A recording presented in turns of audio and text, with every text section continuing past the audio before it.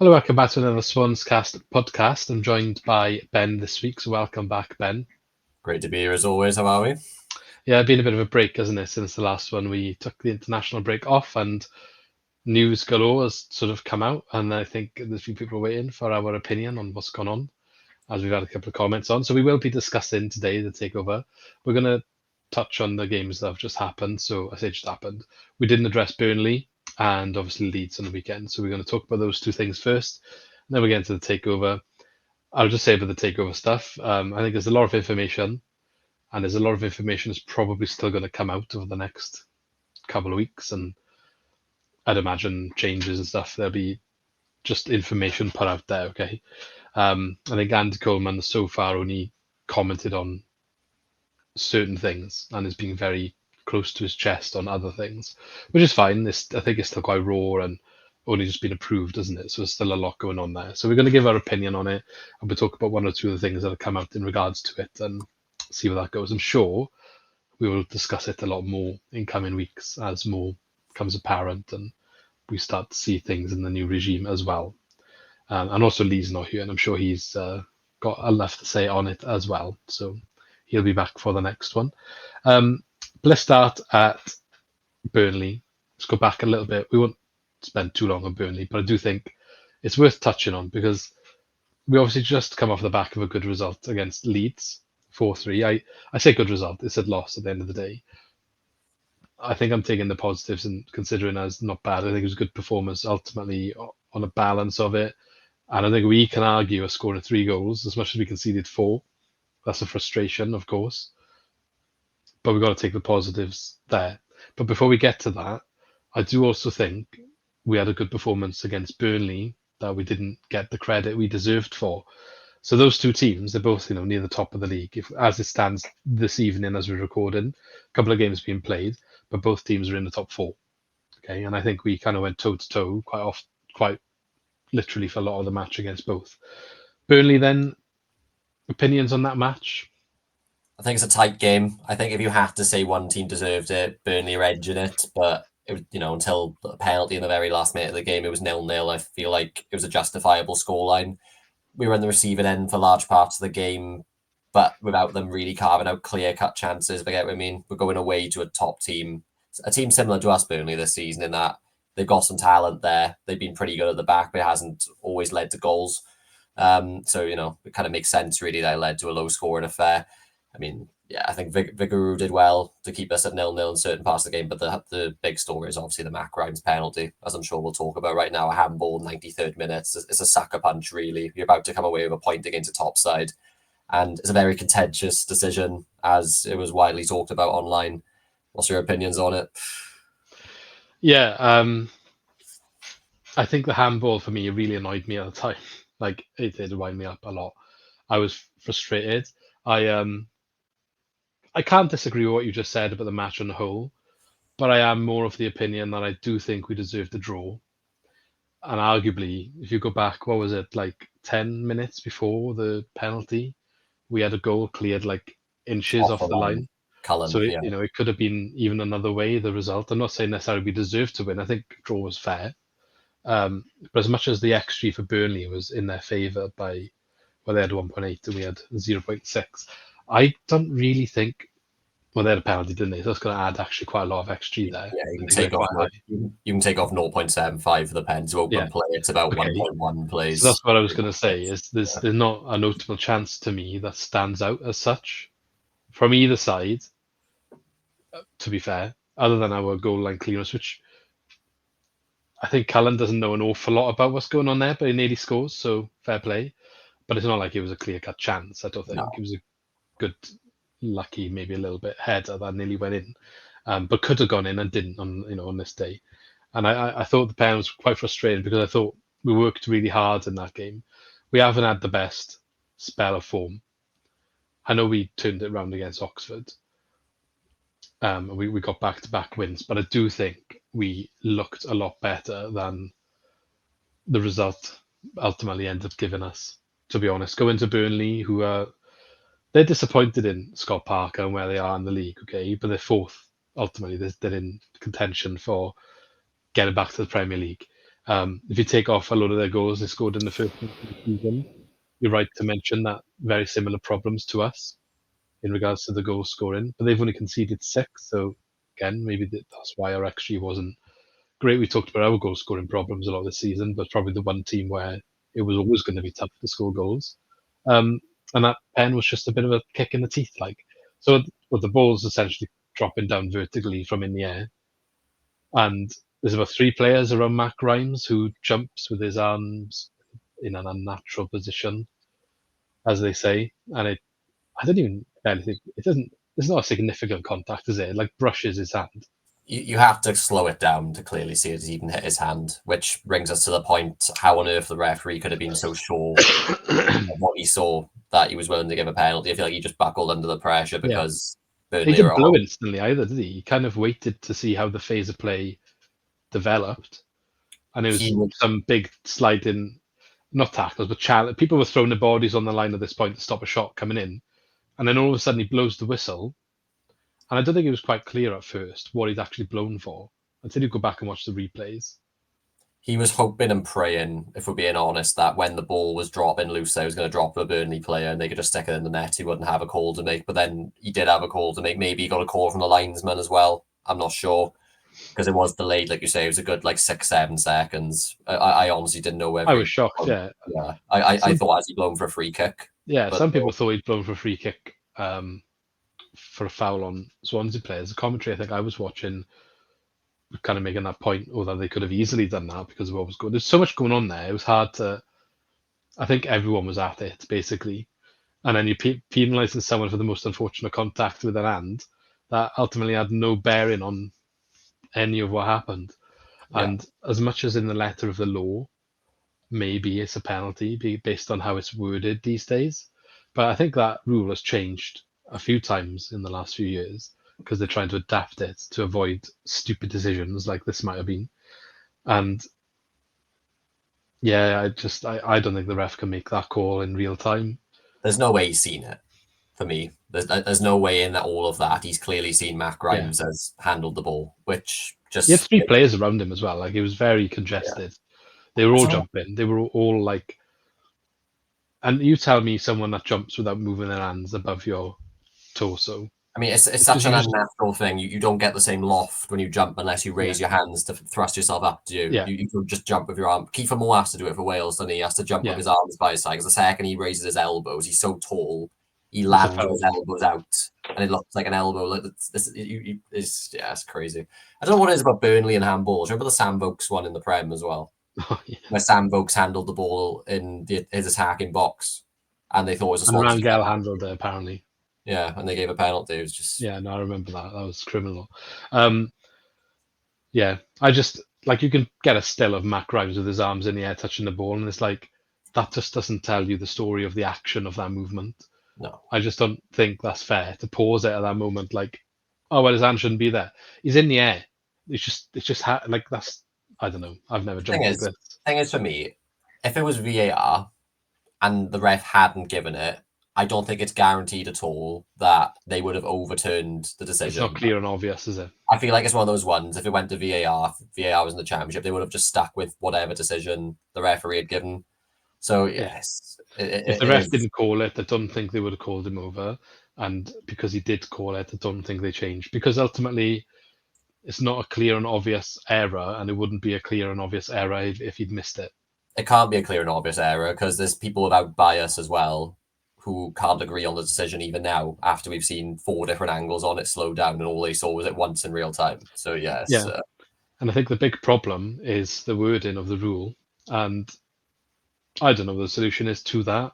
I just think football fans, don't want to see penalties given for that sort of incident. When ultimately, obviously, I'm biased, yeah, but in this specific game and this specific incident, so late in the game, it's literally had the biggest bearing on the result for it's a something two that's a point bit swing. silly and a bit ridiculous. It's like, is that what you want deciding your football matches? Because Yeah, I don't think football fans want that sort of thing decided football matches, and I think that's how they need to address.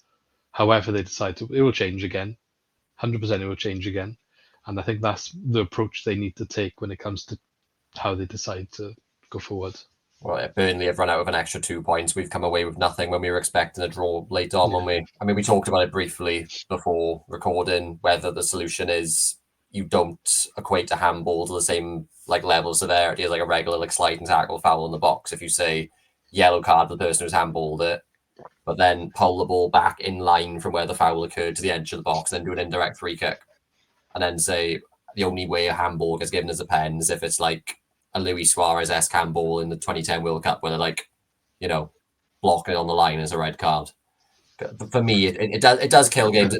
It's similar to like how the rules have changed now. It's similar like with rugby.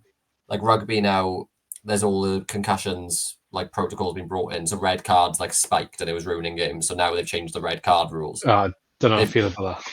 They have to adapt to it though. See what I mean? Because like there were so many games getting red cards. They just changed it to 20 minutes for a red card instead of a full game, and then you can bring someone else back on. Maybe football needs to say, right, handballs have gotten out of hand now, especially VAR can be even worse if that ever came in. Handballs have gotten out of hand for penalties. We need to adapt the rules on it because there's too many games being decided by fluky occurrences like what happened with Mac Grimes. Yeah, ultimately, I think it was a shame, and I do think the story of our season, near yet so far, I think is, I've said it in previous podcasts, and I think, again, another example where I, for all it was worth, thought we were getting a point, and then that happened out of the blue, really. They had a counter-attack from something, didn't they, that they probably shouldn't have had. I think Grimes had a bit of criticism for not bringing a man down earlier on in that move from some areas, which I don't necessarily agree with. I think it goes back to the corner. We had an attacking corner, and they just messed about with it. Gave the ball away instantly, and that's where the counter-attack came from. For me, that's the problem. In the 90-odd minute away from home, I'm not saying don't try and win the game, but it gets to the point where you sensibly take a point away to Burnley, who are kind of pushing for a league win. And we didn't do that. Tried doing some stupid stuff. They played a couple of stupid balls, didn't come off. They got blocked, and it was just a quick one into the other scenario. The ball ends up coming into the box when we kind of doing our scatter defense, as you like, as I always refer to. And that's how this happened, I think, because of that panic then in that final moment. You could argue it's game management a little bit. And I think you were alluding to off camera as well, a bit of a trend. And I think maybe if we move on to Leeds, where, again, good game, good performance, but ultimately lost at the end again. Not through so much fluky circumstances on this occasion, but by nonetheless, it was a last minute goal again, and you could go back to the Millwall game. And yeah, you spotted a trend, you think, Ben? Do you want to chat about that? Yeah, I mean, just looking at the last 5 games specifically, obviously preceding those 5 games, we were on that dire run where I don't think we scored in 9 hours or whatever. But going back to the Millwall game onwards, so lost 1-0 to Millwall, beat Oxford 2-1, beat Oxford 1-0, lost 1-0 to Burnley, lost 4-3 to Leeds. So they're the 5 games I'm speaking about. Swansea Millwall, 26th of October, we're 0-0, 90th minute, we concede. Oxford, 2nd of November, we're 2-0 up. We score, I believe it was the 85th minute, I want to say. 80th minute, Bianchini. We then conceded in the 88th minute to Oxford, and I was there for that game. That should have ended 2-2. They missed, it was a header, but they missed a sitter in the 6-yard box. It's one of those ones, if you hit the target, it's basically going in. Following game, no complaints then, obviously, against Watford. It was a good display. We kept the clean sheet. But then moving on to the game after then, as we just said, Burnley, I know it was a fluky penalty. The 93rd minute, we concede once more. And then the Leeds game, we do well, equalise late on, Bianchini again, 3-3. At that point, you're thinking, may have snatched a point. And then, 30 seconds later, we lose 4-3 in injury time once more. So is it a mindset of we don't see out games? The tough thing is 3 of those games, obviously, Millwall, we were 0-0, Burnley, we were 0-0, Leeds, we were 3-3. So those 3 games is very much in the balance, is the truth of it. There is still the thing, you don't want to settle for a point. But how is it that in all of these games, where the team conceding in injury time, and Oxford, if we're honest, we should have conceded a second one. They weren't in that game, Oxford. Honestly, they were poor. They were there for the taking. Borough have just beaten them 6-2 away from home. I feel like we've definitely caught them at a good time as well. Honestly, I think it's in the fullbacks. Good players, Key and Timon, but we don't utilise our subs well enough. It's also the lack of depth. Like, we do have players that come in, but they're not like for like. And you saw it against Leeds. In particular, we were 3-3. Our fullbacks then from kick-off, we win the ball back, straight back into midfield inverted. And this is despite the fact Franco was off the pitch, Allen was off the pitch. So we had a very attacking lineup out. Leeds, if we're being honest, they just flicked a switch because they hadn't tried to, really attacking us for 10, 15 minutes. They were just holding on to the win. And yeah, we were there for the taking, exposed straight through again. It is becoming an issue. I'm going to look to the next few games. If it continues to happen, there is definitely an issue there that needs to be solved, I would say. I think we've seen it before. I think it was elements of it under Russell Martin. Do you think there's something that comes with the system or the style, or maybe tiredness that's brought in with that? Possibly the philosophy. I feel like Russell Martin was a bit more like it's further down the line again, isn't it? In terms of that is just how we played. I feel like Millwall under Russell Martin's the epitome is what I'm talking about. When we were 2-0 up, should have won 4-0, and we conceded twice in injury time, 2 own goals. That's pretty much as bad as it got. And he's still like that now, Russell Martin. In the stadium, we were following the Liverpool-Southampton game at the same time as Leeds. And Southampton were 2-1 up, and me and my mate both just said, Liverpool are winning this 3-2. And they did. They won 3-2. It's very predictable. This, I feel like it's more because of the probably lack of depth coming on. It's the same personnel. They're getting tired, would be my guess, if I'm honest. We're rotating the squad as much as we can. There's only so much you can do with it, especially now. We've got a few injuries in there also, so probably a tougher one to solve, I think. Yeah, fair enough. And do you think, I just mentioned game management as well. Do you think any of it's to do with you just get a goal, right? You push it for a goal. We'll talk about the actual full game in a second, but you push it for a goal against Leeds. You get back to 3-3 in what, the 91st minute? Sorry, the 90. About right. 90th, 91st, yeah. Yeah, it was 90th, it was, sorry, 90th minute. The setup from kickoff then. I know you're at home, but surely you're just happy with that result at that point. Again, big thing. I'm not trying to be what's the word? Ambitious. Like, it's not that at all. I just think sometimes you've got to look at the game in front of you.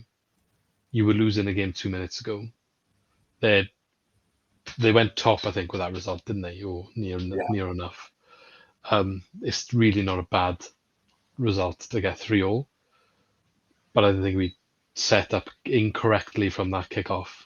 But what was you going to say? Sorry.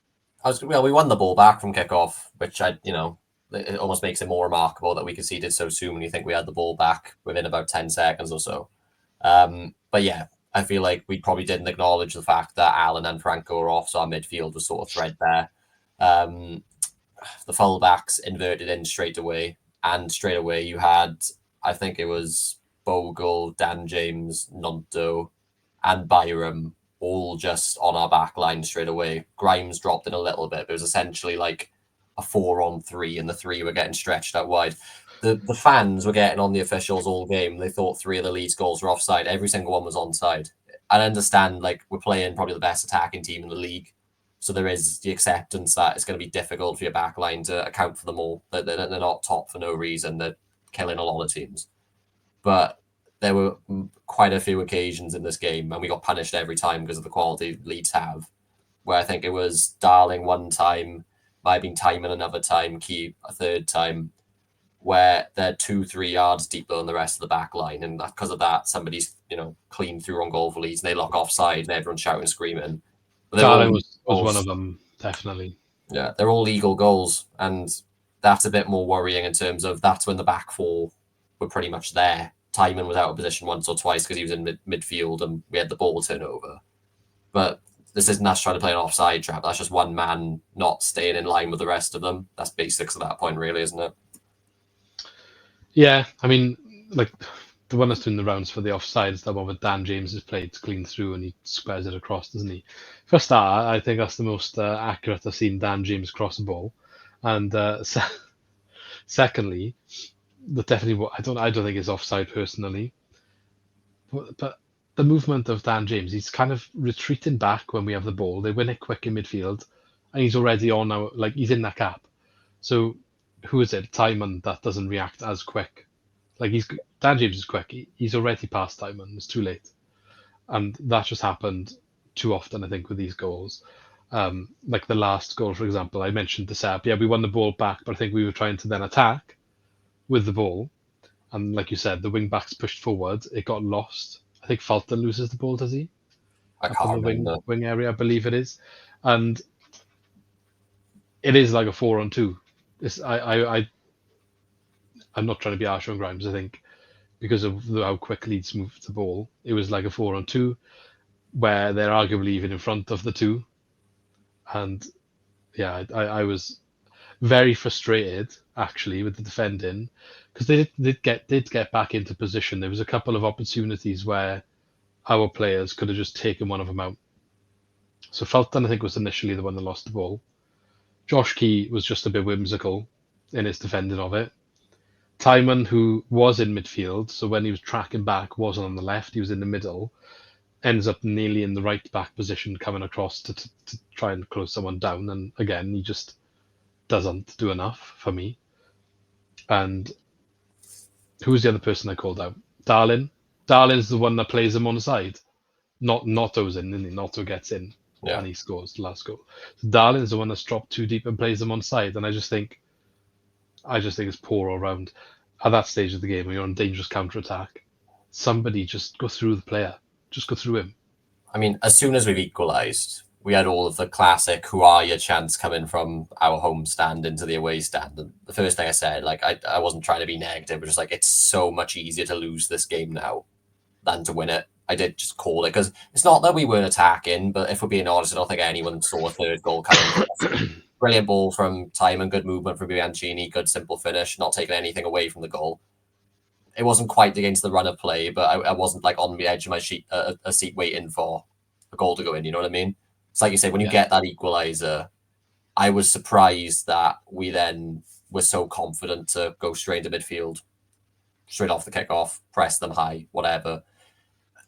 You don't want to, we're sat here after a loss. What could have also happened is we could have put the back four deep, midfield tight together, could have invited the pressure. We could have conceded anyway. And then we'd be sat here saying, why didn't we attack? We've just invited them in, and that's why we conceded. So it's easy to say in hindsight, I know. But yeah, probably a bit of naivety is just the word for the fourth goal in particular. Ultimately, they just need to do better if they're to move, up and move on. But we're still in that transition, and I guess there's a reason why Leeds are where they are and why we are where we are. We had a good performance against them, but they managed to find the result at the end of the day. Even though a minute earlier it looked like we'd pegged them to a draw, they still managed to find that result. You just mentioned Bianchini's goal. I actually think that was a quality goal. Yep. I think Timon's ball into the box was really good. Some good whip on that. But into a dangerous position. Now, there's one thing putting the ball there. I think Bianchini. Is it Bianchini? Bianchini?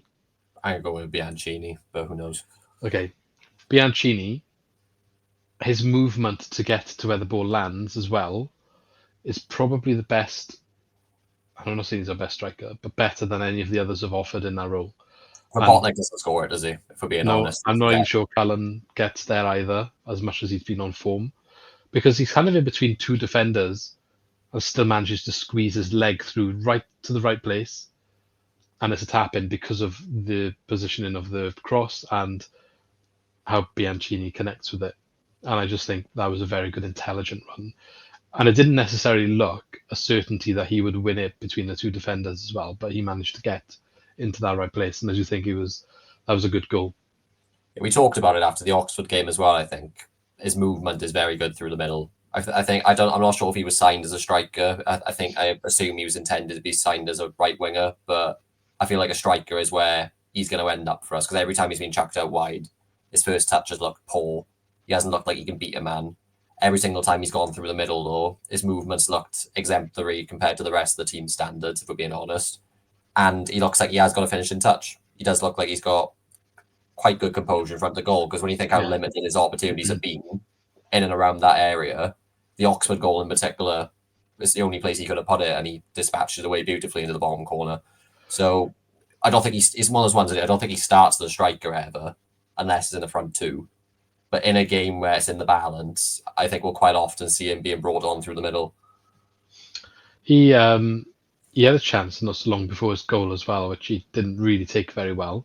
So it was good to see him return and actually grab the goal. I think he was put into a good position as well, and he kind of wasted the opportunity. I can't quite recall if was it maybe a header that just went over. Oh, I it could can't have been. I can't quite recall, but it was a good chance. If you watch the extended highlights, it is featured in there. But I do remember that chance. And yeah, good for him to keep trying, offer something different for sure. And I think I agree with you. I don't know if he will start. He probably doesn't consistently do enough. But if you're chasing the game and you're playing that sort of ball into the box, he's someone that can pop up and steal something. So that's definitely a positive. Hopefully, he can just push on, and a few positive performances from him. Same as Pert Harris, took a while to get going, but has been better recently, although I know he struggled in this one. Bianchini maybe has got something to offer. We gave him a bit of stick earlier in the season. I don't know if he's still worth the fee that we paid, but he is our player at the end of the day. So the He's more we on, can develop him and get him involved and confidence up, the better for us. he's on a 4-year deal. And I think what's important to remember is if you'd asked anyone their opinion on Bianchini, literally not even going back more than a month ago, they would have said one of the biggest wastes of money that we've had in the last like 3, 4, 5 years. You're going back to like Joel Asaro sort of territory there. And then, I think Oxford, particularly Leeds as well, even the Millwall game a little bit, I know we lost. There are all of a sudden very promising signs that we do have a decent player there, but it will take him some time to adapt. And maybe he, like I said, maybe he won't play the position we intended him to sign, but you make do with what you've got, haven't you? And I do think he's an asset, not a big asset, but you know what I mean. It's someone we can use. It's not just a name on the bench who's just there and you'll come on and do nothing and just repeat. I mean, he said about playing position that we didn't sign him for. Like Pert Harris is in the same boat. I don't think we ever thought he was a winger either when No. he was brought in. I was just speaking to some Portsmouth lads, and they were surprised as well that we using him on the wing.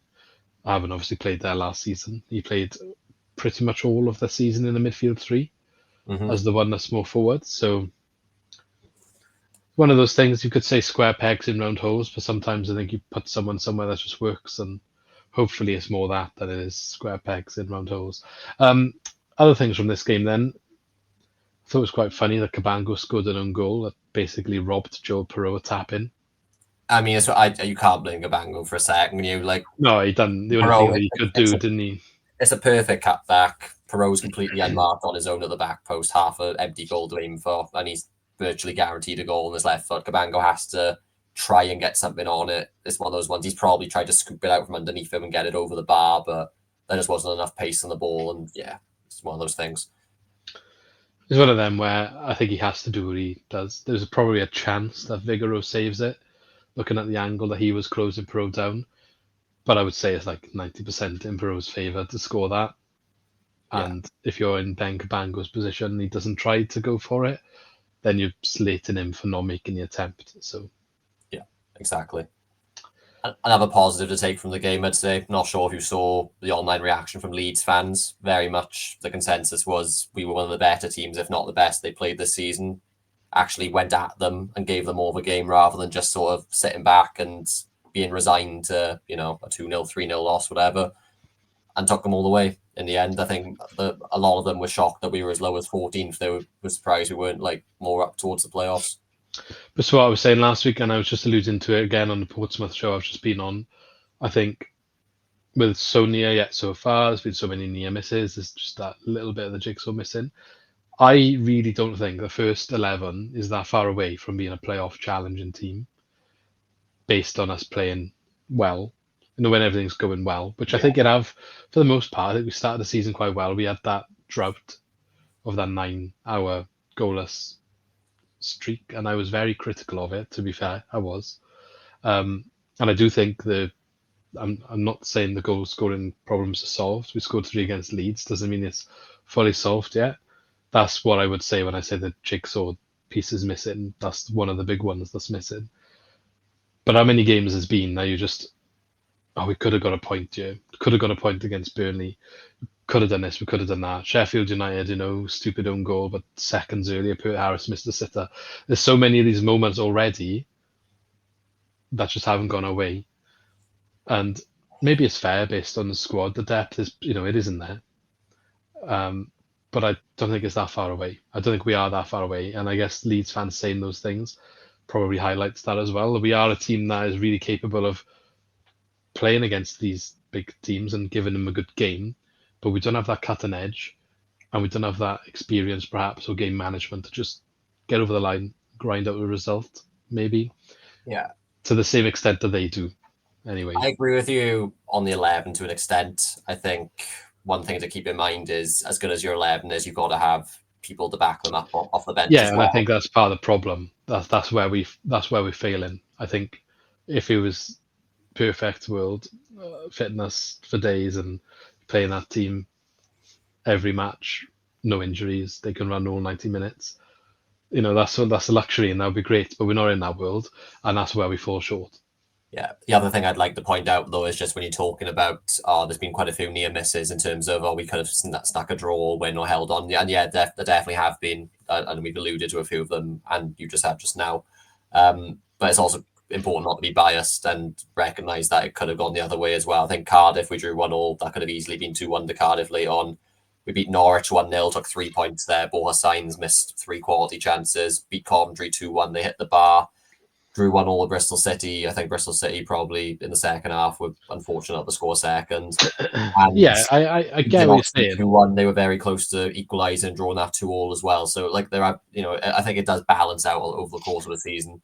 It does, but what I'm trying to say is, and why I think it's so near so far, all those things are true. They can go the other way, but like some of the games you just mentioned, Bristol, Oxford, Cardiff, it's all like towards the end of the game, they all come back into it. Now, whatever, and I guess you were talking about it a little bit earlier, but say for 60 minutes of the match, we've been the dominant team in all of those games, haven't taken advantage enough of that dominance, and then ultimately there's a chance for the other team to come back in and get something, whether that's getting a draw or them having a win, like Millwall, for example. And it comes back to the goal scoring being a missing jigsaw piece, and whatever it is in the second half that means we fizzle out of games, and maybe that's the depth and the subs and that part of it as well. But I think in a lot of those games you mentioned that could have gone the other way because we didn't do a 90-minute performance. I think we've had 60-minute performances in a lot of them, like Stoke, another one. I think we battered them for much of that game, and then look at the second half, they could have won it as well. Bristol, we probably should have been outside by half time as much as they could have won it in the second half. Quite often, we just never took advantage of our initial dominance. And if we manage to find a way to do that, I think that's when we'll start pushing up the table. And that probably will take a few players. So I'm not sure when that will happen. It's one of those things where I think if we address some problems in January, I wouldn't necessarily be opposed to the viewpoint that we could be an outside shot of a team that shoots up in the second half of the season. Now, where that stops, whether it's getting to the top 6 or just falling short, don't know. I'm not saying we're going to be that team. I'm just saying it's definitely the potential is there. If everything goes our way, we get a bit lucky with injuries, that sort of thing. Maybe we sign 1 or 2 exciting players in January. It could happen. I'm in a place where I feel like all those things I said have gone against us in those games. They go for us in the second half of the season. And maybe it's like going into the last few, like we have a couple of seasons in recent times, wondering if we can get a couple of results going our way in the last few games to sneak in. Yeah, I mean, maybe it won't happen, but I think the potential is there. But then, regardless if it doesn't happen or not, that's what we've got to build on for next year. Yeah, I think we're one of the few teams that have the potential, like you say, to be in the conversation. It could be one of those ones where you end up falling short a few weeks before the end. I'm just looking at the top 6, and I do think they're going to start. I don't necessarily think that we'll break into it. No, I know. We're not that far. I'm just saying, I feel like Sheffield United, Burnley, Leeds, possibly even Sunderland by now. I wasn't convinced about Sunderland at first, but they're starting to convince me. That could be pretty much a locked-in for Borough have come alive like you wouldn't believe. West Brom, I feel like they've gone through a rough period, but with the manager, I feel like they could turn it around. I wouldn't be surprised if that 6 just sort of shoot off around the turn of the year. We used to see in 5th and the 6th being more like up for grabs in the Championship. I just have a feeling this year it's going to be 6 or 7 teams maybe vying for the top places, and then a big block of teams below them who are just trying to stay up. I'm not sure Watford will stay there. Watford aren't. I don't think Watford are, but West Brom, I think. Yeah. I think Watford are in a bit of a false position still. Yeah, I mean, you alluded to our goal scoring capabilities as well. I mean, expected goals at 1.18 per game, but we've actually only hit 0.88. Like a 0.3 doesn't sound like much of a difference, but across 16 games, what's that, about 5, is it? All right, Well, the Portsmouth lads were telling me they were 8th in the league via XG, which is a lot better than it was last time we looked at it in detail. XG was scored, or just overall? We're nowhere near it. We're nowhere near 5th in terms of overall. Maybe they mean like no 8th. He said. I don't know. I don't know if he means average goals per game. I think that's what he was saying. Expected average goals per game. Expected average goals per game were like 19th according to this. Maybe it means like overall because we're not meant to concede many either. But yeah. Actually, yeah, maybe it was the combined amount. Yeah. He didn't specify. I was on their pod and he was just reading off some stats. I haven't fact checked that, just to clarify. I'm not giving wrong information. He said something and I was just like, oh, I didn't realize that. It's better than what I thought it was, which is why it kind of piqued my interest. But worth pointing out, every model's different as well. I'm looking at footy stats, but every single one you click on, there's slight variance in it. And if it's a tight league, it could be a difference of like 5-6 places between certain models. So yeah, it's not the be all and end all. We know that, but it is a good indicator, especially after 16 games, whether we can expect a drop off or an improvement in results. Like you mentioned, Watford just now, they're probably in a bit of a false position, which according to this they are. Also, it looks as if we haven't scored as many goals as we were expected to, and we've conceded less than we were expected to. Hence why so many of our games have been like low scoring. It's probably slightly corrected itself after we just conceded 4 to Leeds. Don't get me wrong, but yeah, maybe as an indicator whether it has nothing to do with results. Maybe goals start flowing a bit more now, because according to this, they should be. Yeah, it's interesting anyway. But yeah, the initial point, I do think it just wouldn't shock me if that happened, is what I'm trying to say. I don't necessarily expect that to happen, but if we got a run of good performances, I do think it could there's potential there for that to happen, which I wouldn't have been saying a few weeks ago because I was distraught with our attacking performance. Yeah. And I'm still, like I said, I don't think it's fixed, but I do think it's got a lot better, and I have to acknowledge that because I called it out quite thoroughly back then. So we'll see. Anyway, I think January would be interesting. Anything else you want to touch on for Leeds game before we move on to Takeover? I think maybe Cullen's worth a mention because off the back of an incredible performance for Wales, he did get himself a goal.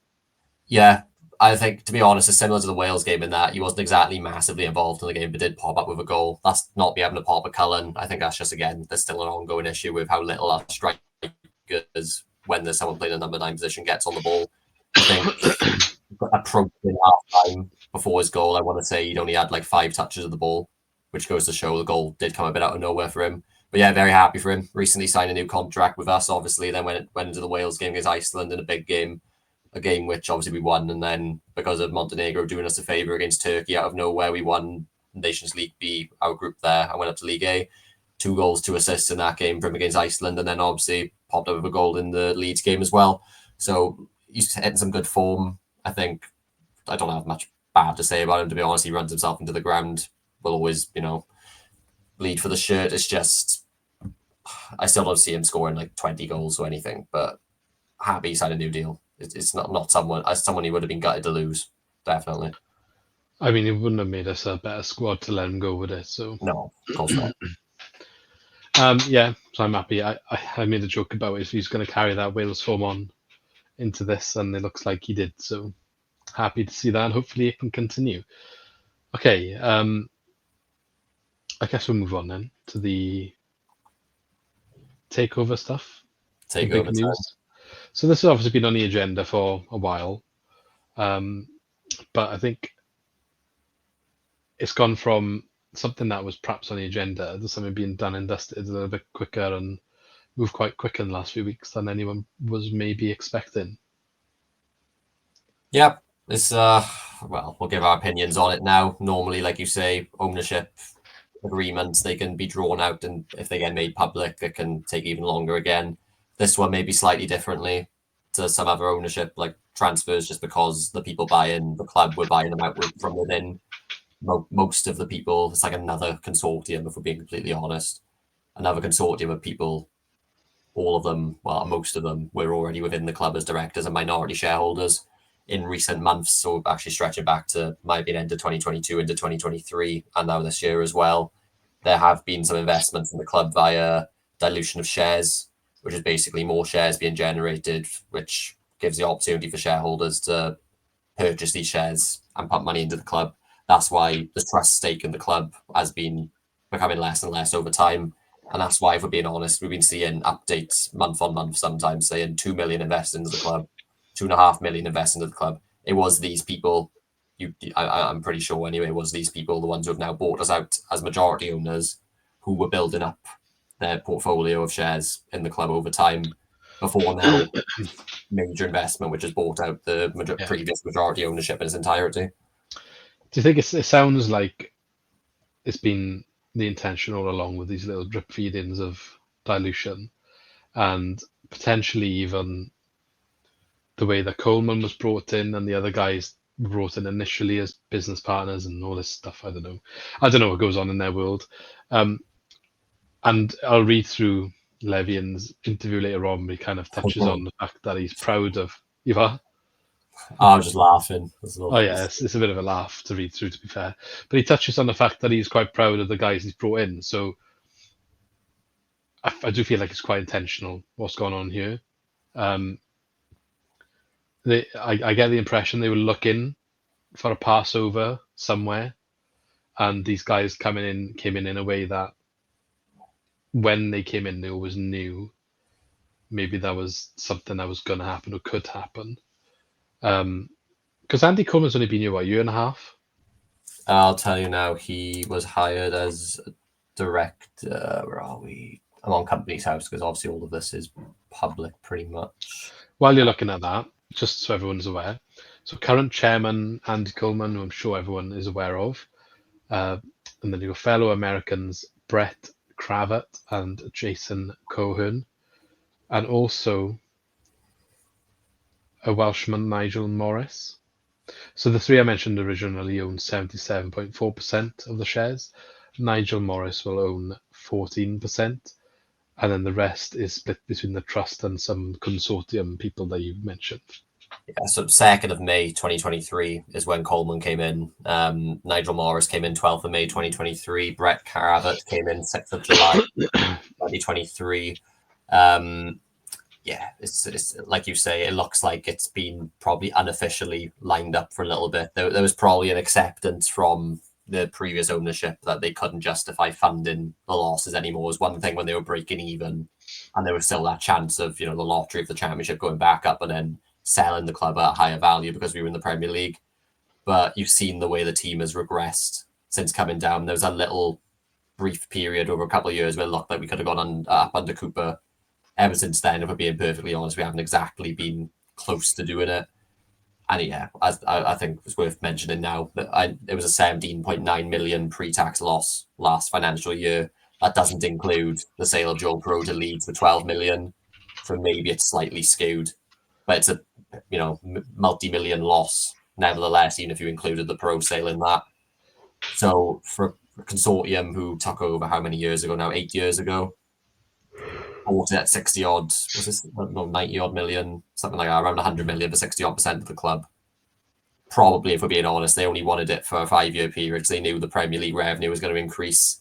They saw it as like a short to medium term play just to resell us for more. The relegation obviously happened on year 2, and now at this point, there's probably an acceptance from them that there's more chance of us going into League One than there is us going to the Premier League. So they just want to take what they can get, cut their losses. Hence why they decided to sell. Yeah, and I'll go through his interview in a minute because it tells a different story, to be fair.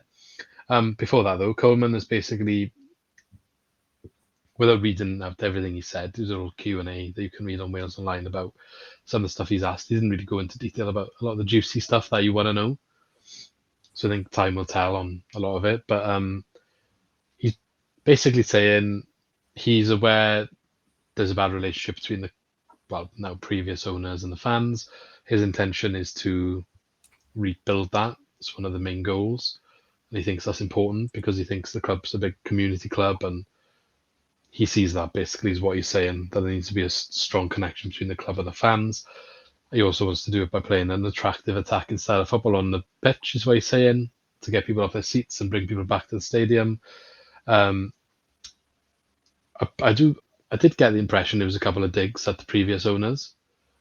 Don't know whether that's just brownie points or not though, because I do think Well, they must be it's a old good. friends. Do you not know what you clearly weren't there? Obviously, in the Leeds game, that there's more than digs at the old owners. Well, I forgot to mention this actually. So, whereas before the game, they'll normally play, the regular song, the regular chant of, Swansea's anthem or whatever. They they played 4 different variations on songs where the title was Freedom. I think we had one by Queen. We had one by but like Andy Coleman's not involved in that, is he? Well, we don't know. It's been green lighted by someone. Yeah, it was probably a little joke for the inside entertainment or hospitality team, innit? I think they've. I don't think that gets cleared. If I'm honest with you, I feel like somebody with power has to green light that. Also, I'm fairly certain in saying Coleman's done an interview where he sort of talked about how we now need to detach ourselves from the prior ownership. Yeah, like, I don't think he's even hidden in public that it's not the best working relationship he's had with them, even though he's been playing. No, that's what I mean. I feel like he's hinting without saying outright that they didn't do a good job ultimately. Which, this is what I'm saying. It's easy to take that on board and be like, yeah, he knows. Like, he's saying all the right things. Like, that's what I think as well. I think it's quite clear as day, the general feeling of the fan base against the old owners. If you're the person then buying the club and you're already within that sphere, you're going to know what you need to say to get him on board from day one. I'm not trying to call him out. I'm just trying to highlight, let's see what he does.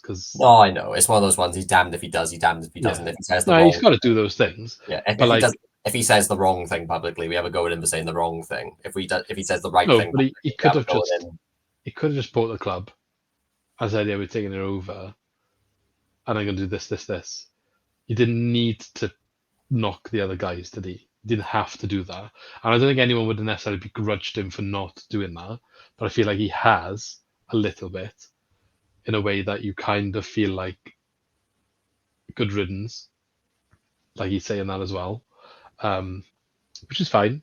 I just find it interesting. And I do think, though, then now he's said those things, you've got to back them up. And I'm not saying I want an immediate backed up. I just mean like something has to change then, and it can't just be more the same. That's what I'm saying. So I think there's a danger here that this takeover happens. We all make a big song and dance about it, but ultimately all that's happened is this group of people who happen to be Americans had shares. They now give them to this group of people who happen to be Americans and some other people, and the club just carries on going the same way it was going. This is where I'm slightly concerned. So we touched on briefly when we started this topic about how the share dilutions in recent months have offered some temporary investment into the club. It wasn't sustainable. And what I touched on is that I feel like the people, some of whom who were putting up this money, people who were already involved in the club, such as Cohen, such as Andy Coleman, such as Brett Cravett, such as Nigel Morris, they're the main names. Some of these people were already part of the club as minority owners. They were putting up money as part of the share dilution. They've got their shares now, you know what I mean? They've got majority control. I can't see this share dilution thing continuing to happen. There's no financial purpose behind it for them anymore. Yes, they've put a huge amount of money into the club as part of this, £20 million to be specific. But as I just said, we lost £17.9 million last year. Don't expect it to be as much this year. The wage bill's dropped a little bit. The Perot sale from the previous summer will form part of this year's coming accounts. But long term, we are still a club, unfortunately. I know we've used this phrase many a time, that needs to cut his cloth. And that's not because we're doing much wrong. It's just the reality of the Championship is an unsustainable financial model. I feel like we're sort of just treading water, waiting for an independent regulator to come in from the government or something, which could happen. But still, until then, we're operating in a league that is unfinancially viable. We're having to, in order to compete and stay where we are, we need to pay players more than we can really afford to pay them, and we're still relying on player trading to stay afloat and not endure heavy losses. Luckily, now we're actually starting to see some investment in the squad again out of nowhere. players like Franco, hopefully, we will see them sold on for profit and that'll keep us going. But we are losing negotiating power because we're relying on the fact that we need to sell people to stay afloat, and other teams who come in for our players are going to know that. It feels like we're going to be back in the same boat from when we come down to the championship, where we're getting less players than maybe we should. I guess every team in the championship is that, though, really.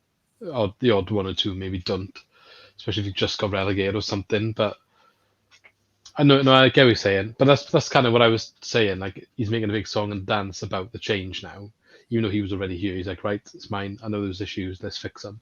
Good. I hope he does. And to be fair, I do think he showed signs under his stewardship so far. Like you mentioned, the transfers. I think the transfer or the recruitment structure has changed. I think most notably from January and last summer. I have seen a shift there. Paul Watson's obviously been gone. He touched on that in his interview. He didn't want to elaborate. You could tell. I think you can tell from his wording.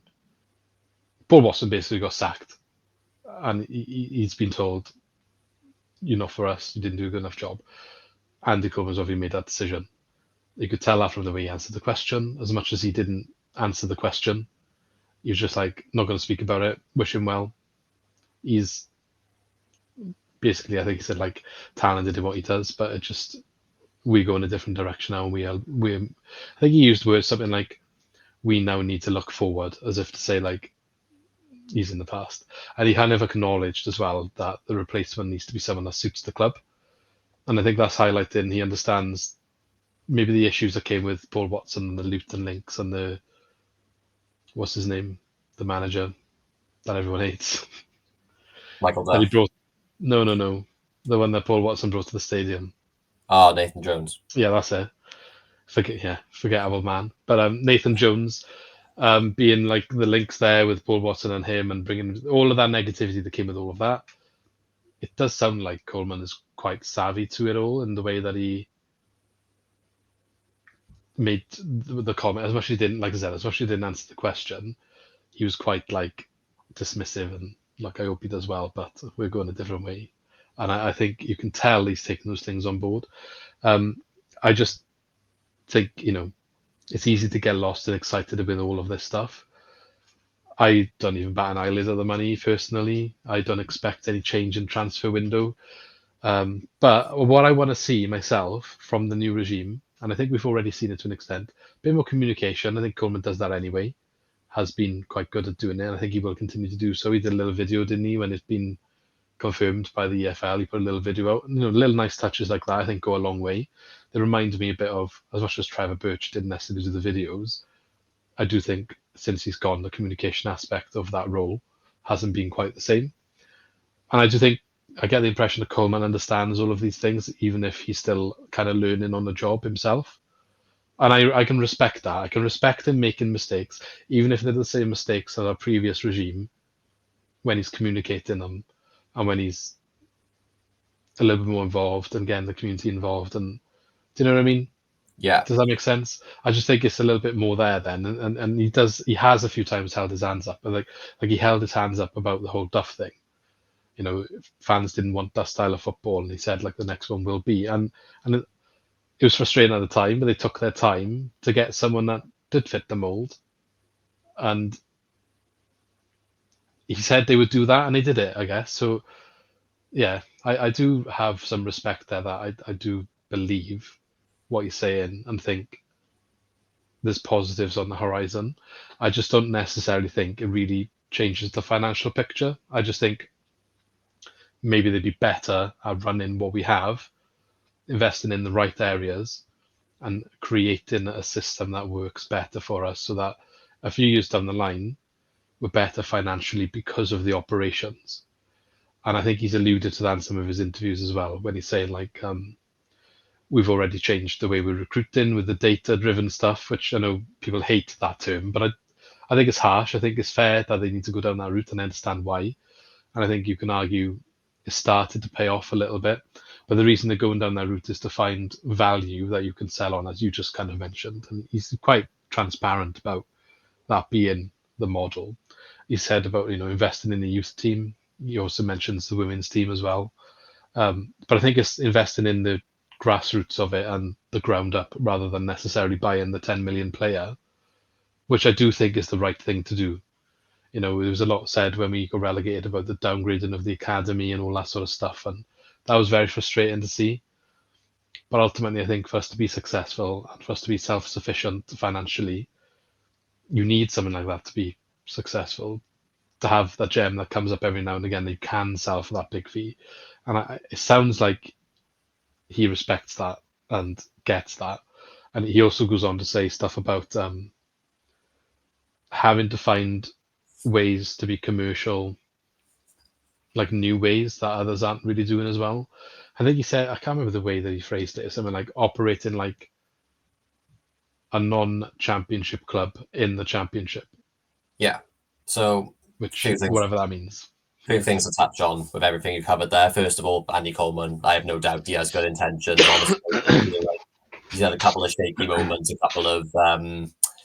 couple of statements he made. One in particular that didn't go down well near the start of his tenure. But I think if you speak to most people, there aren't many people who dislike how he's done in his job so far, compared to like Levian and Kaplan, who were time wasters. And I think it was quite clear from the outside they saw us as purely an investment rather than a community club, which is what we are. Issues I see going forward, again, it's the same structure of you got Andy Coleman, you got Brett Cravett, you got Nigel Morris, you got Jason Cohen, you've got another 12 names of even more minority stakes in the club. There's so many names, there's so many people who are sat around the same table, it just gets messy. Sometimes you need less people there, clearer decisions being made. Also, the fact that when you've got so many people who have ownership, in times of hardship, you're sort of looking to more people, you're relying on more people to front up and get us out of a bad mess. Not to talk about our rivals rather than us, but Cardiff, for example, they've had heavy losses year on year on year, and they've been in a state, I'm not saying otherwise.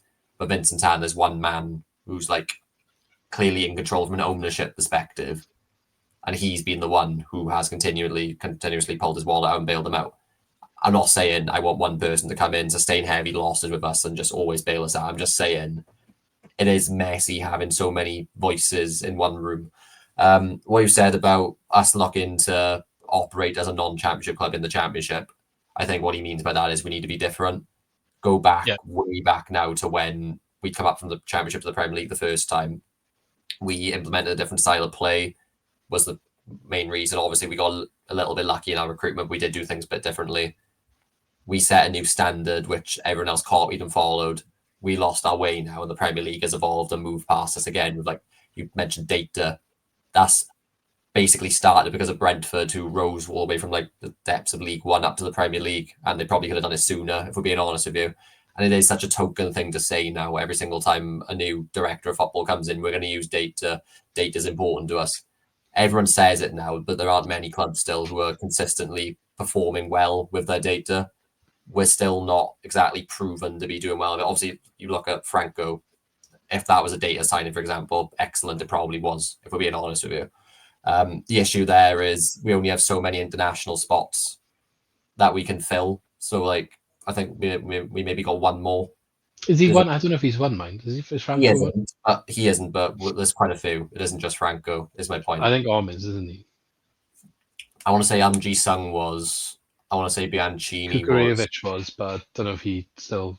He will come when he comes back, which means we have to offload him. Point being, I think we got one left from memory. So then it comes to like, okay, how can we be different? And the issue is, not to get political, but Brexit sort of... You need a referendum. Yeah, Brexit has sort of given... So we start a petition or something. Yeah, Brexit sort of given football clubs less wriggle room in terms of how they can operate, in terms of visas, in terms of recruitment. Honestly, if you were to give me just endless possibilities, okay, what would you do if I was in charge there now? I'd look to say, right, youth was what gave us our probably best squad. I still think Potter's squad was the best squad. It was young. If that squad had stayed together, we would have had Andre Ayew come back from loan the following season. You look at the players who were in that: Roberts, Roden, Dan James, McBurney. Grimes was just starting out. I understand that was a Premier League youth academy because they'd inherited a Premier League youth squad, for being honest, hadn't they? But just come down from the Prem. I want to say, nearly won or even possibly won the youth division in the under-23. Yeah, they won the Premier League 2, didn't they? Yeah, what I was which told. is a crazy achievement, really, when you consider we compete with Arsenal, Chelsea, United, Liverpool, all the above. We'll never get back to that level, I don't think. But what I would do personally, rather than go in and chuck in £15 million at, £2 million a time at players who can come into the first team, some of them will work out, some of them who won't. I would pay money for multiple players, but recruit them to the youth team. And I'd rely more on the youth team to produce our players than I would signing players from League One or other championship clubs, because we're now limited. If you can say now you can just go out and continue to buy Gonzalo Francos, you would, wouldn't you? But there's a ceiling on it. You can only do it. If we Well, upgrade everyone wants those players, don't they? Say again, sorry? Everyone's looking for that transfer. Yeah, exactly. But also, even if you find them, you can only have like 4 at a time, unless they played for their country, which is, it's rare. So what I'm saying is, right now we're not a Category 1 academy. Maybe let's reverse that decision and go back to being a Category 1 academy. It's extremely expensive. It's something like £5 million a year. What that does, though, is it allows you to play against the very best youth teams in the country, which in turn should improve your youth system. And then rather than going and spending the large sums of money on the first team, instead spend the money on recruiting players to the youth academy. Even if, like McBurney, for example, when we bought him, we got him from Bradford, 250k. Dan James got him from Hull and went to Tribunal. I think that was 90k. You know what I mean? I'm not saying you're going to find loads of McBurneys and Dan James out there, but is that the way to operate instead? Spend £4 million spread across the entire youth squad, 300k a time or whatever. If you get 5 players out of that could, they could go on and be £5 to £10 million players. I think that's a more reasonable and realistic way to build a squad for us now. And I don't think there's really many teams doing it. How many teams? Issue. Say again? I wouldn't have an issue with it. No, it means how many teams are there below Premier League level who, rather than invest in the first team, invest in players who aren't quite there yet, but have the potential to be? If you went out and signed 10, 8 of them could be flops. If 2 of them come off, then you're up. You know what I mean? I guess it needs to be a balance and not at the detriment of being relatively competitive in the league until it kind of works. You can't just put all the money in because you still need to operate in the league. You don't want to go down.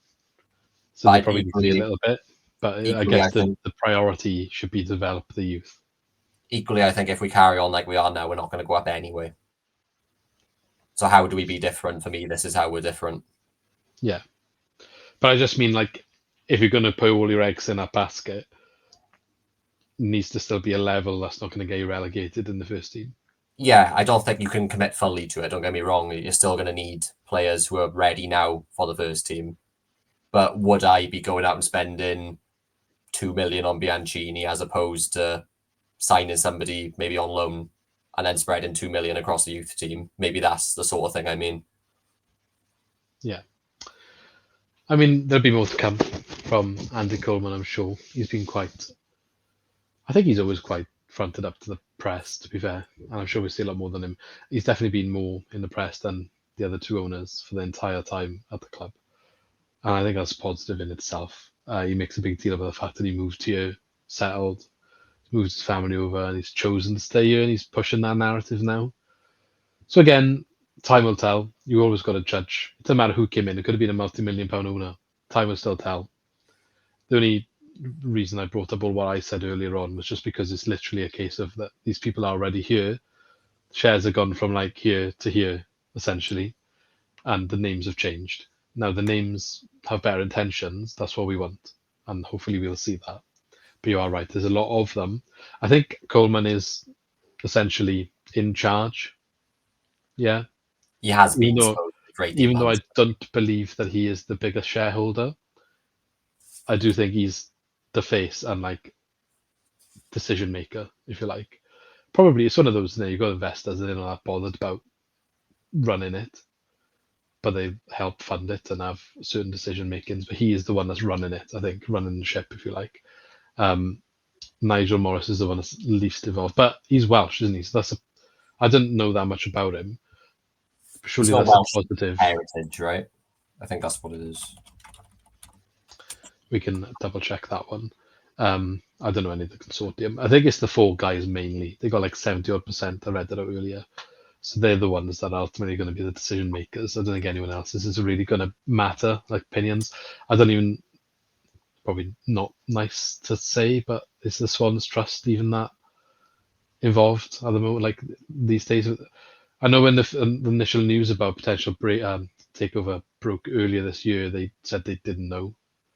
So They're not in the loop, but they have like people who are on the board, but they're always last to find out about stuff. They do have and you a see the same statement every time, and they didn't tell us. I don't know what's right or wrong here. Like people get frustrated and stuff about the lack of communication there, but don't know how much they do as well. To be fair, I mean, I inform me if I'm not fully aware and educated on it. I like the idea of it. I just don't really know what it's doing at the moment. the trust in general. Yeah, Well, it's obviously we're very grateful to the trust because there wouldn't be a football club without it. of course, and Yeah, I'm not discrediting any of the past. I just yeah, mean what I'm much trying to to say is because of the dilution. yeah. What does that mean for them and their impact? Is what I'm trying to say. I'm not So trying to necessarily knock what they've been doing or whatever. I just mean what can they do now? Like what is their impact now? I don't actually know anymore. it's more of a history lesson now. The trust is never being honest. Like I do hate to say it, but yeah, you're right. It's the only thing that is written in contract, which is good for the trust, is they've got an undilutable share amount of 5%, meaning no matter how much share dilutions occur in the club in the next however many years, unless we sign something, the trust now agreeing to lose this privilege, we can never drop below 5% of the trust. They will always have that stake in the club, but 5% is nothing if we're being completely honest. It's like it's what these people who have now bought out the club with minority investments. It is just as an investment more than anything. The point of the trust was meant to be, and it did work out this way, is so that there would be enough funds there, enough stake there, so that the club could be bailed out, and if an impending doom was ever to occur. Football's now moved on so much and grown exponentially with finances. It's not what it was when the trust was first formed. Like go back to when Leon Britton signed. Everyone did a run around and they stuck some money in a kitty so they could pay to sign Leon Britton. That was when we were in League Two. League Two football clubs now, like Wrexham, we're paying people like 4K a week. It's like it's a different ball game now, unfortunately. So obviously you'll never get rid of the trust. I wouldn't want to, but there's probably the reason that they're probably neglected from these conversations, and I'll ask to find out, is because the ownership don't really see them as having any viable impact, which you could say is morally wrong, but it's probably not factually wrong. But you get what I mean? That there's sense there. Yeah, and I just want to reiterate, I wasn't trying to make a bad of the trust. I was just No, asking these questions of like, what actually is their role now? Because they've been so diluted that and it's not nice to see. What we seem to see is like statements of, "Oh, I didn't know this was happening. We didn't know this was happening. We weren't informed of this." So I don't know. It's sad from away, but I think it's always good that they'll always be there. yeah, and they're meant to have someone on the board. I swear, the other thing that's written in the agreement with the club is that they'll always have somebody representing the trust on the board. So how then they never find out about stuff is I don't understand, because clearly they're not being these things I not being think talked about in this meetings. stuff's happening in private, isn't it? Not on the board. Yeah, clearly. But this is what I was again trying to allude to in trust defence. And again, not to call Andy Coleman out, but ultimately there were some Americans and some other Americans, and they're trading with each other. That's essentially what's gone on here. That is what's happened. Whether these are better traders or not is the question we are waiting to see the answer to. But that's what it is. And to them and the money involved here, it's just a toy, isn't it? Like it's literally just a toy for them. It doesn't. It's an invest. They want a bigger toy at the end of it. That's the goal for No. them. And you don't want to, I certainly don't want to imply, and I'm sure you're not either, that because they're American, then, they're not like double No, it citizens. was nothing to do with the nationality. But I was just getting at what I was trying to get at is they're American. They're American. They know each other. They're friends. yeah, They're in the that's same how the loop. sale They're in the same occurs. Yeah. circles. Yeah. That's how the sale occurs, because they know each Yeah, other, their business they're contacts. passing on their like, oh, Yeah. I'm done with this. I'm done with this one. Do you want this one? Yeah, I'll have this one. I'll try and do something with this. See if I can turn it. Do you know what I mean?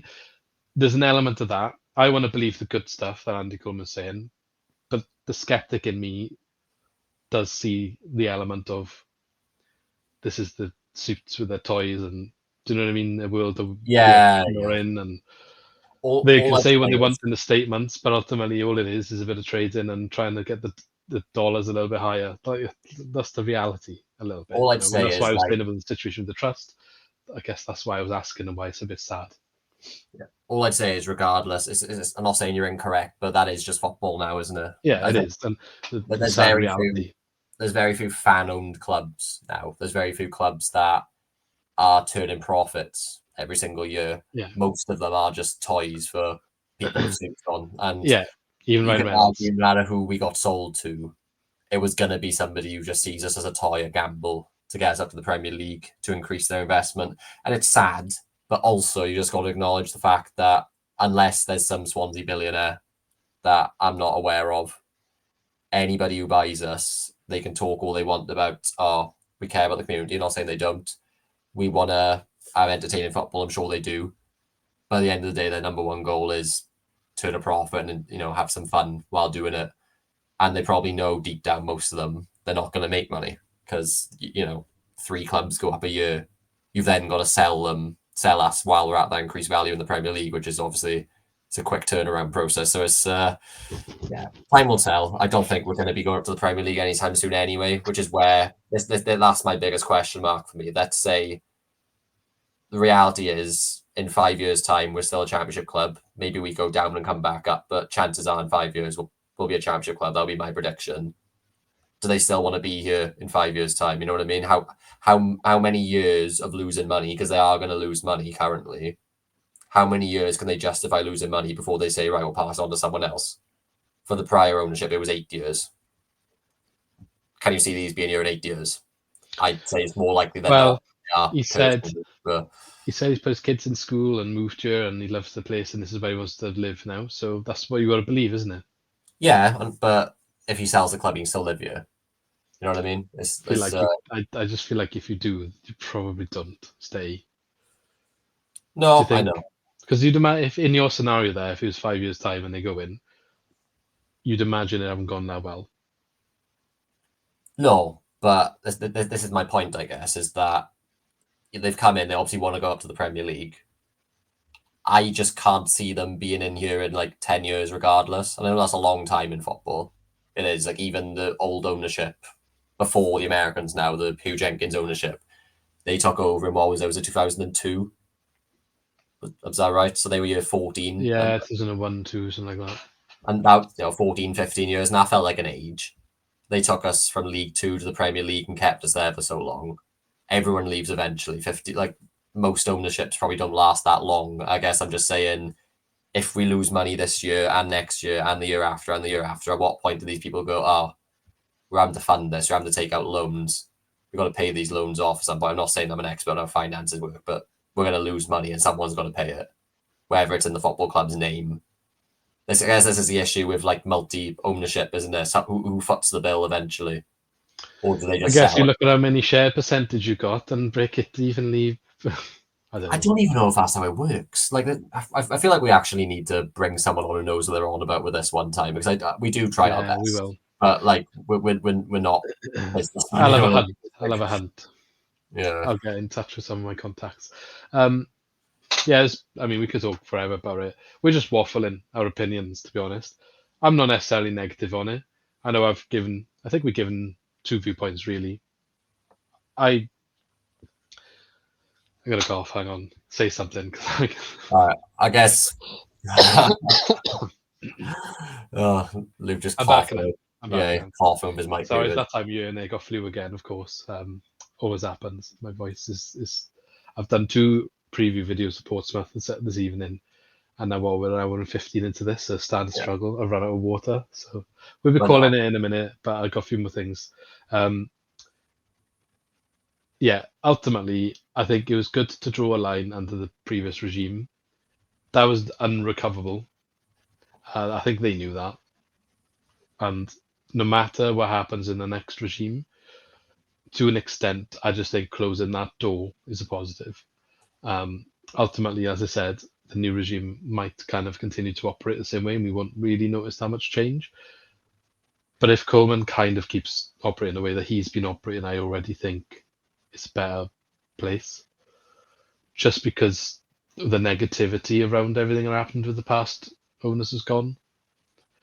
And I do honestly think he's got the best intentions for the club, even if it might not always be the right decisions.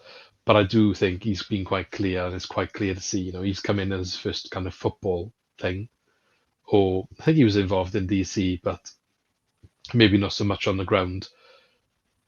And he's obviously learning on the job as well. I think that's quite obvious. And sometimes you can see that in the decisions, but other times, he makes good decisions. But I think he learns quite well from what he's doing. So, yeah, I think it's positive overall. I am happy about it, I guess. But I think there's always got to be that little bit of let's not get too excited just yet. That's all I really was trying to say with everything I've put out there, and the reasons why and what could happen on this in theoretical situations.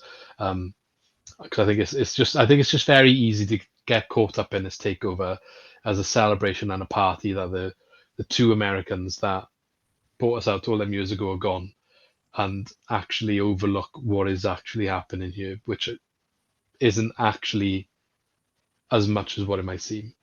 Yeah, I'm not overly negative on it. I just see it as a missed opportunity. If I'm honest, I feel like after 8 years of consortium ship, if that's a word, multi ownership, whatever you want to call it, I just wanted one person. You know what I mean?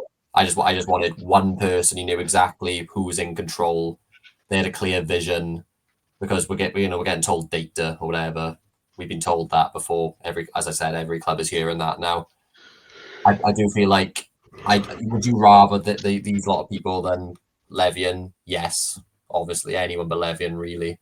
But yeah, it's I don't see things changing overnight. If I'm honest with you, I feel like we just continue pretty much as we were. I feel like really we've probably been being run the way that he wants to for a little bit longer than we know. Yeah, like the last year he's been here anyway. You know what I mean? Like, how much is really going to change? I don't really see much changing. I just feel maybe a case of now the decision stops with him, whereas it might not have in the past. This is going to be the biggest change. Yeah, whether that's transfers or just how the money's spent in general. But again, time will tell. I'm sure we'll revisit it in a while when I'm sure stuff will happen, good and bad, and we'll talk about it. As I said, for me, it's a positive. No matter if it's good or bad stuff, the communication needs to stay where it's at now. Which he's been good at that since he's come in, but that's what that needs to maintain. I think that's how he's going to redevelop that relationship, which is what his goal seems to be, what he keeps saying. So that's important. Shall we do? Let's end on a laugh. Let's end on a laugh and end with the predictions. I just want to read out the statement from Levian. Right. Okay. Well, it's a bit of it, not all of it. I won't go all of it. There's a couple of points in here that I just think. Try not to laugh challenge. Yeah. Is this man just deluded?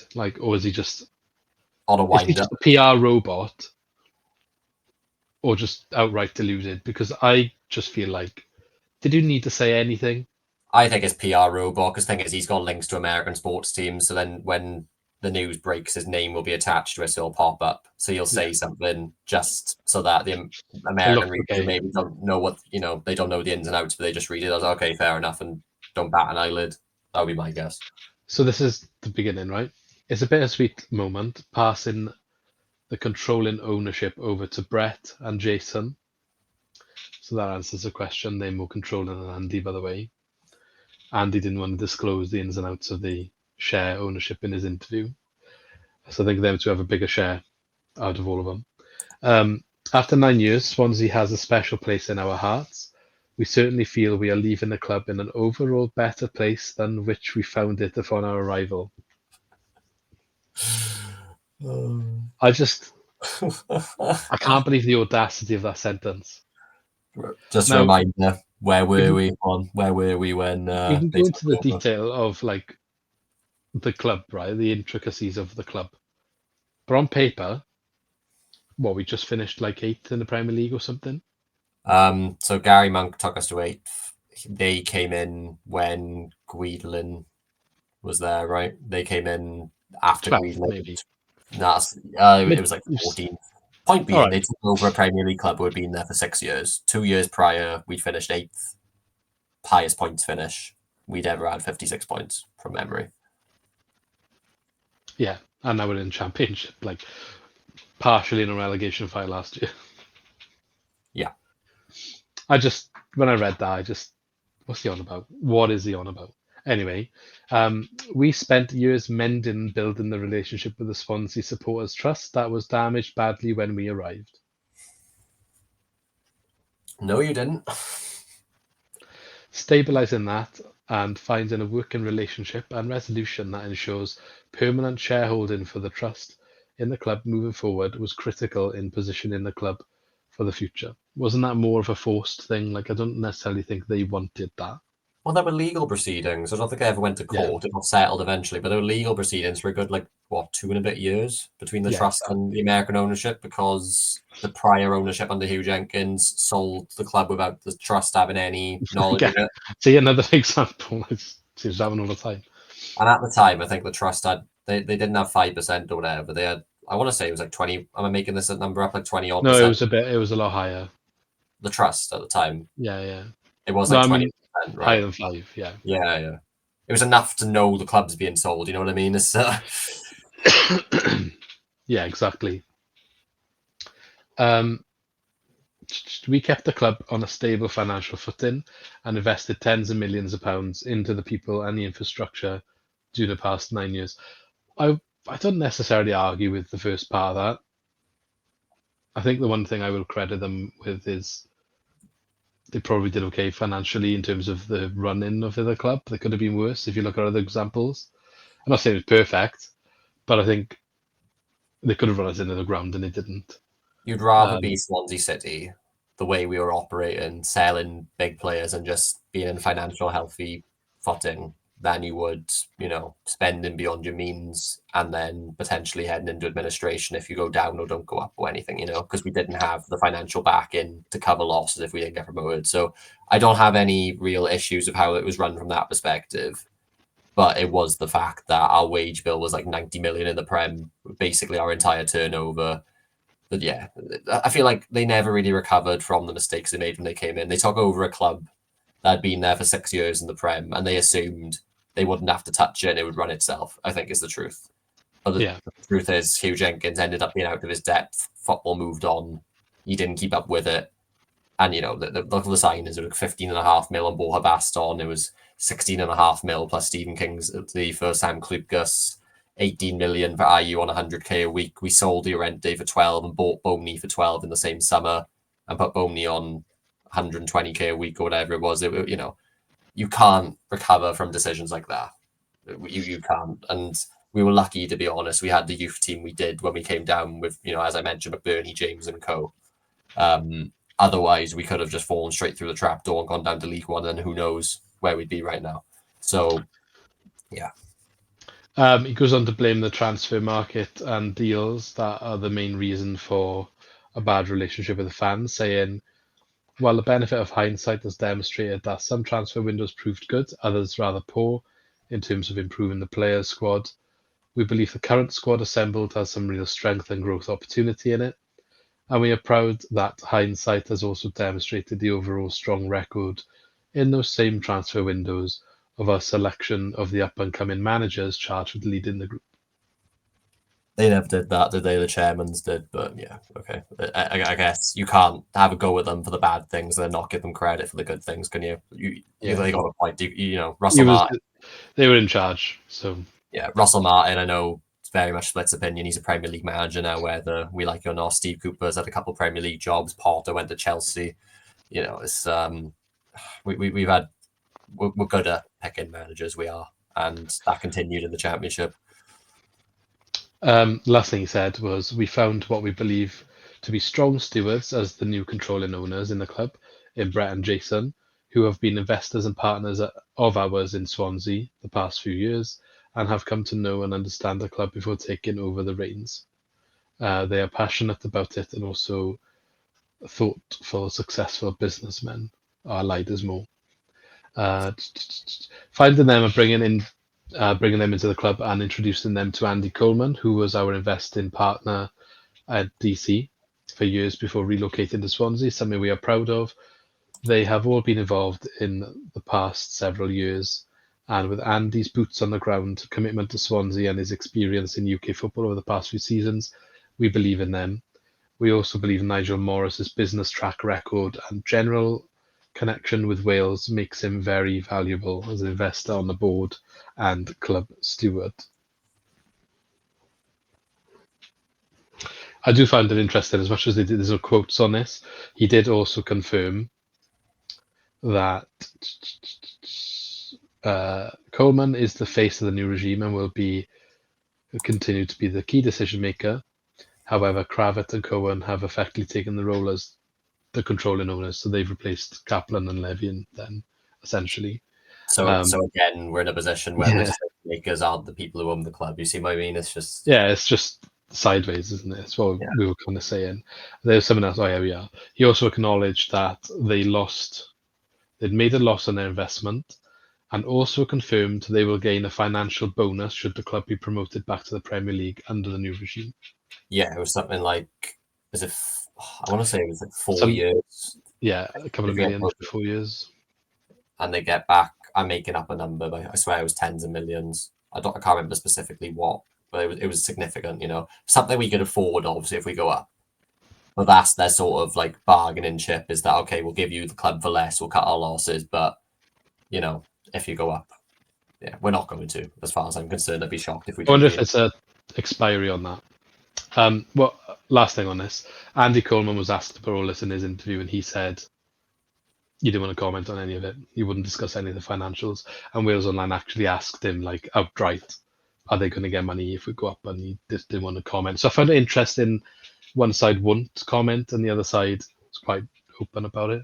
But you would have thought that would have been discussed in advance to be on the same wavelength with that. It's not a good start in terms of, like, all we've wanted for ages is transparency. I just want to, plain and simple, who owns how much, who makes what decisions. Yeah. There we go. Score predictions. We'll get back to it another time, I'm sure. Let's do the predictions then, because I'm ready for bed. Yeah, same nearly. Burnley, let's just look back. You predicted 1-1. I predicted a 1-0 Burnley win. Lee forgot to submit his prediction, so we just stuck him down as 0-0. Luke, you clawed back points the week before last against Watford. Question though, it nearly ended 0-0. That would have been criminal. It should have ended 0-0, if we're being honest. No, Lee wouldn't have got the points. I'm just sticking it down as a scoreline. Okay. That's all right then. I wanted to clarify that. That's all. Yeah, if you missed your predictions, you automatically just get nothing. But yeah, Burnley won 1-0, so I ran out with 5 points, and Luke and Lee both failed to score any. So that's put me back into a commanding lead with 22 points compared to Lee on 13 and Luke on 11. Every single one of us forgot to do Leeds. We were just slacking that day, apparently. I don't think anyone was predicting Leeds to win 4-3, if we're being honest. We probably would. None of us would have got that right. No, I we think would have all had points for Leeds to win. Yeah, so it cancelled out, really, didn't it? And then we'll do the next 2 games predictions, because we won't do another pod before Portsmouth now. We've got Derby on the day. It's Tuesday today on the day recording, playing Derby County away tomorrow night, and then Portsmouth at home on the weekend. Lee isn't here. He's given us his predictions already. He's gone a 1-0 Swansea City win against Derby, and he's got a 2-0 Swansea City win at home to Portsmouth. So, Luke, you're in last. I'll give you the benefit. Go on then. What score predictions for these 2 games? What was Derby's last result? It's a good question. I'm not sure. I can check now. Leeds feeling very positive. They drew 1-1 with Preston and drew 1-0 with Plymouth before that. Obviously, Yates isn't going to be playing. Coventry 2-1 the game before that. I'm going to say their home and name. 2-1 Swansea. All right. And 1-0 Swansea against Portsmouth. All right, so Lee's going to hate me, but I'm also going 1-0 to the Swans. Maybe should have agreed on some sort of rule where we can't go the same scoreline. Right. We're 17 weeks in at this point, so it's like, maybe next year. And I'm actually going to go 1-1 in the Portsmouth game. So there we are. There's a differential. If Swans run out winners, then you two at home as well. Yeah. Okay, fair enough.